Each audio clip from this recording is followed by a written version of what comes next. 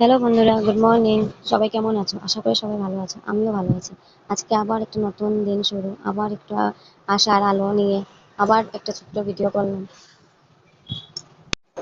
এই গাছগুলো কতই না সুন্দর, কত ভালো লাগে দেখতে। এগুলো সব আমাদের গাছ। এই ফুলগুলি, এই যে সাদা ফুলটা, এটা আমার খুব প্রিয় ফুল। আমার খুব ভালো লাগে এই ফুলগুলো দেখতে। এই যে ফুলটা, আর এই আমাদের ঠাকুরঘর। চলে আসলাম আবার রান্না বান্না করতে।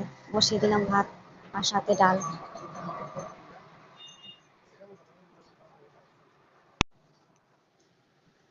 পুঁই ডাঁটার তরকারি বানালাম। দেখে নিন পুঁই ডাঁটার তরকারির রেসিপি, কি কি দিয়ে আমি পুঁই ডাঁটার তরকারি বানাই।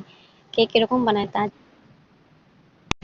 কে কিরকম পুঁই ডাঁটা বানায় তা তো আমি জানি না, কিন্তু আমার এরকম পুঁই ডাঁটা বানাতে খুবই ভালো লাগে, কারণ আমি পুঁই ডাঁটা খেতে খুব ভালোবাসি। আর এরকম তরকারি বানালে রুটির সাথে বা ভাতের সাথে, যে কোনো